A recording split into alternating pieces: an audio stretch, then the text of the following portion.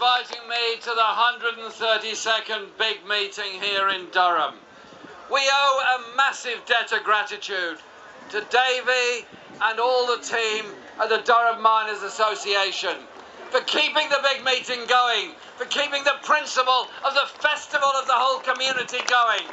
The great traditions of the mining union and the mining industry brought together with all the other struggles and joys that we have together. When we do things together, when we're united together, we are very strong together, and we change things because of that. Last year, I came to speak on a very brief visit because we were running all over the country as part of the leadership campaign for the Labour Party. And I want to say thank you very much for the great reception we had last year. And I want to say thank you because we won the leadership of the Labour Party. It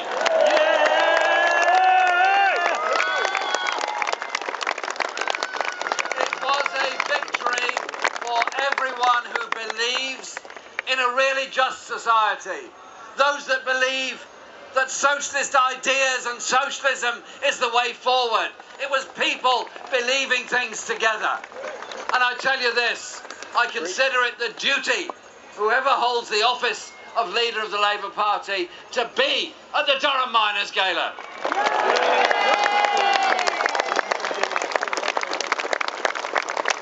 And so we will all be here together when we have elected a Labour government in Britain.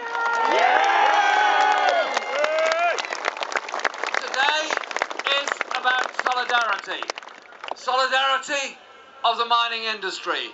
The banners and the bands that marched through the city this morning all show the struggles that so many have been through. For recognition, for safety, for justice. Those miners who died in unnecessary accidents because the greedy pit owners weren't interested in safety, only in profits they could make from the coal. Those banners are etched with sadness and with the shame of those that made so much at the expense of the lives of so many miners. And we're here also to commemorate the 1984-85 miners' strike. As Davey said, we had a solidarity movement all over the country and indeed all over the world supporting the miners in Britain. There's some unfinished business to do with the miners' strike.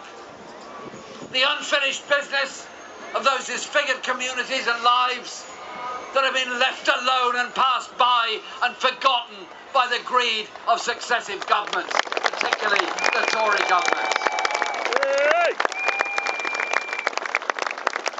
It wasn't just an industry they wanted to kill, it was the strength of the community coming together that they couldn't stand. That's what Thatcher, that's what the Tories really hated.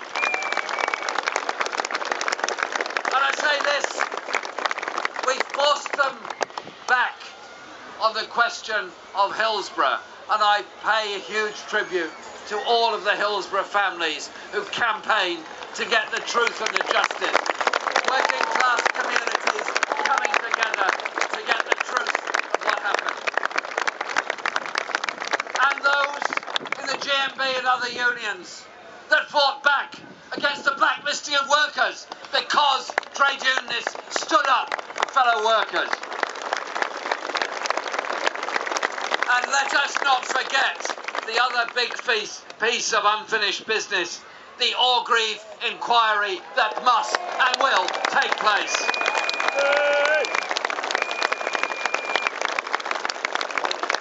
The miners' strike taught us a lot. It taught us a lot about how ordinary people living in poverty in inner city Britain, starving in mining communities, or in great trouble elsewhere in the world, recognised the struggle of the mining communities and came together with support, with money, with food, with solidarity, with all of that. And so it is a great tradition of the big meeting that there are international speakers. And I was so pleased, and I'm so proud to follow my good friend Napoleon Gomez in what he said on behalf of the miners of Mexico. He cannot go to Mexico because it's not safe for him. He's not allowed there. He leads the union from exile. But such is the faith in him and the union of the miners of Mexico, he is re-elected time and time again. And he gave you all a warning of what happens when big business decides it will run the trade system of the world. The enfranchisement of global corporations through NAFTA is exactly what is being planned through the Transatlantic Trade and Investment Partnership. We don't have enemies who are working in factories and mines in the USA and Mexico or anywhere in Europe. They're our friends, they're our compatriots, they're the people we share solidarity with. We don't need a trade treaty that empowers global corporations at the expense of democratic governments and democratic society. Think very carefully about that and listen very carefully. Because this is about solidarity. The Tory government's tried to destroy it, and we have a choice. Do we go together in solidarity going forward to improve the lives of everyone, or do we allow brutality to divide us? Brutality that divides us and scapegoats minorities in order to turn us in on ourselves rather than united against the forces that are trying to divide us.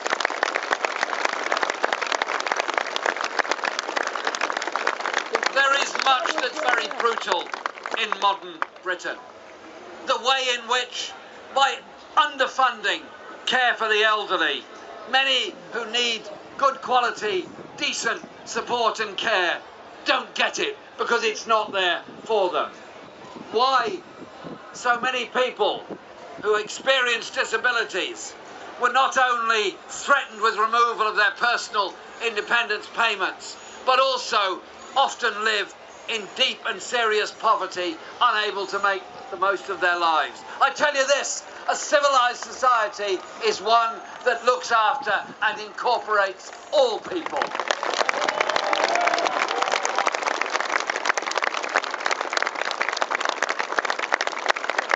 We have a DWP system, a welfare system that is brutal in the extreme.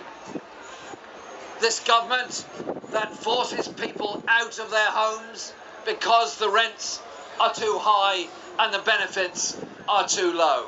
A government that simply doesn't care of the social cleansing it's doing in so many parts of inner city Britain, and it's coming elsewhere. We defeated the Tories when they tried to take away working tax credits. 3 million families are £1,000 better off this year because of the opposition we, all of us, the big we, mounted against it and defeated them. And this government knows a thing or two about how to try and divide people. If you took a map of modern Britain and coloured it in with the areas of greatest poverty and the areas of greatest wealth, and overlaid it with a map of the areas that have suffered the greatest cuts in support for local government expenditure with the areas that have had the least, they would be exactly the same. The poorest areas are being cut the most, the richest areas are being cut the least.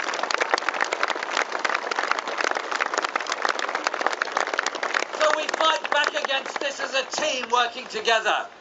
And it was an honour last night, as it was today, to hear Tim and Dave talk about the teaching assistants and the struggles they're going through.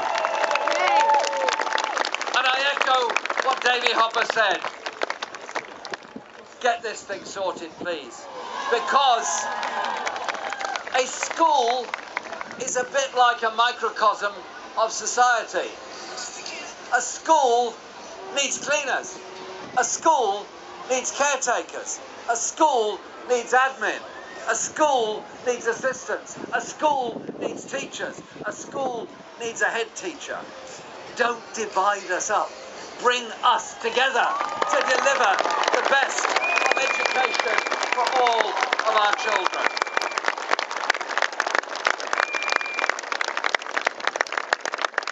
This year, the economic and welfare policies of this government will drive, wait for this figure, another 200,000 children into poverty. The same government has presided over the increase in homelessness every single year.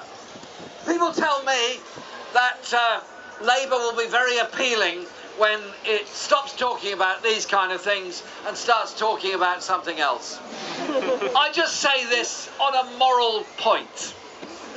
If you're well housed and you've got a reasonable job and you're kind of doing okay, is anyone actually comfortable stepping over a homeless person, sleeping in the street, on the doorstep, outside your home?